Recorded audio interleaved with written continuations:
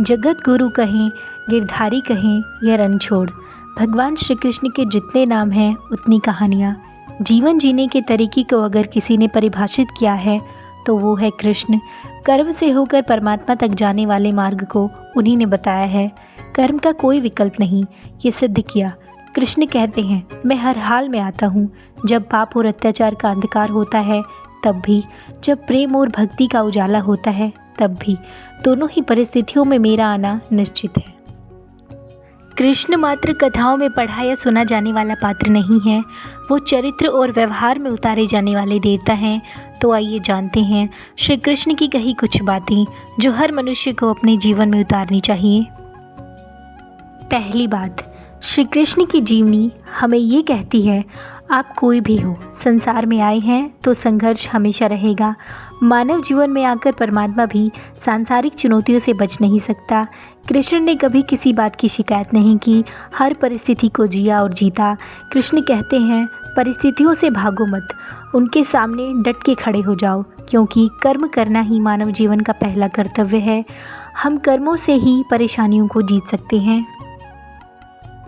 दूसरी बात, कृष्ण का बचपन माखन मिश्री खाते हुए गुजरा, लेकिन ये संकेत कुछ और हैं। आहार अच्छा हो, शुद्ध हो, बल देने वाला हो। भगवत गीता में भी इसका वर्णन है। यदि मनुष्य किसी जानवर का मांस खाता है तो उस जीव की चेतना उस मनुष्य में चली जाती है, अर्थात उसकी बुद्धि भी वैसी हो जाती है। तीसरी बात, शिक्षा ऐसी होनी चाहिए जो हमारे व्यक्तित्व का रचनात्मक विकास करे। केवल किताबी शिक्षा लेना ही ज्ञान नहीं है। संसार की सभी घटनाओं तथा क्रियाकलापों को समझना ही असली शिक्षा है।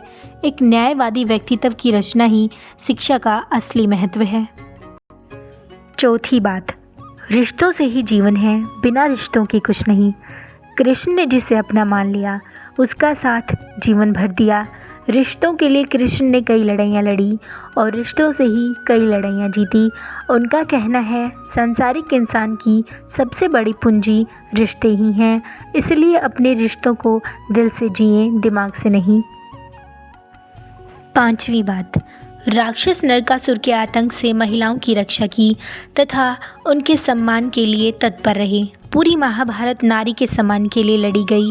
सो आप कृष्ण भक्त हैं तो अपने आसपास की महिलाओं का पूरा सम्मान करें। कृष्ण की कृपा पाने का ये सरलतम मार्ग है। छठी बात, शांति का मार्ग ही विकास का रास्ता है। झगड़ों से कभी समस्याओं का समाधान नहीं होता। कृष्ण ने समाज की शांति से मन की शांति तक दुनिया को ये समझाया, कोई भी परेशानी हो तब तक नहीं मिट सकती जब तक वहाँ शांति न हो।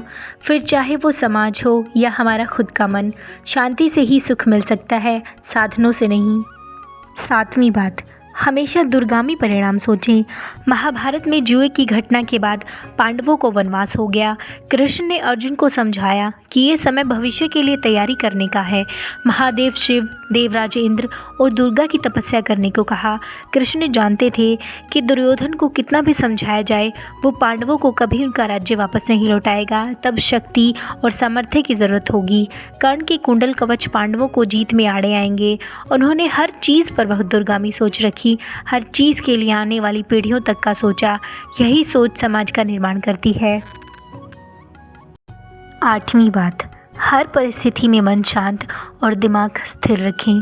जब शिशुपाल ने कृष्ण को अपशब्द कहे तब वे चुप रहे।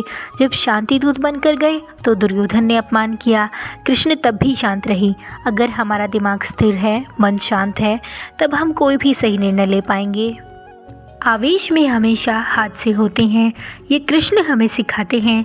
विपरीत परिस्थितियों में भी कभी विचलित नहीं होने का गुण कृष्ण से बेहतर कोई नहीं जानता। तो दोस्तों, ये थी भगवान श्री कृष्ण के चरित्र की कुछ विशेष बातें जो हम सभी को अपनानी चाहिए। वीडियो अच्छी लगी हो तो लाइक करें, चैनल को सब्सक्राइब करें। जय श्री कृष्ण।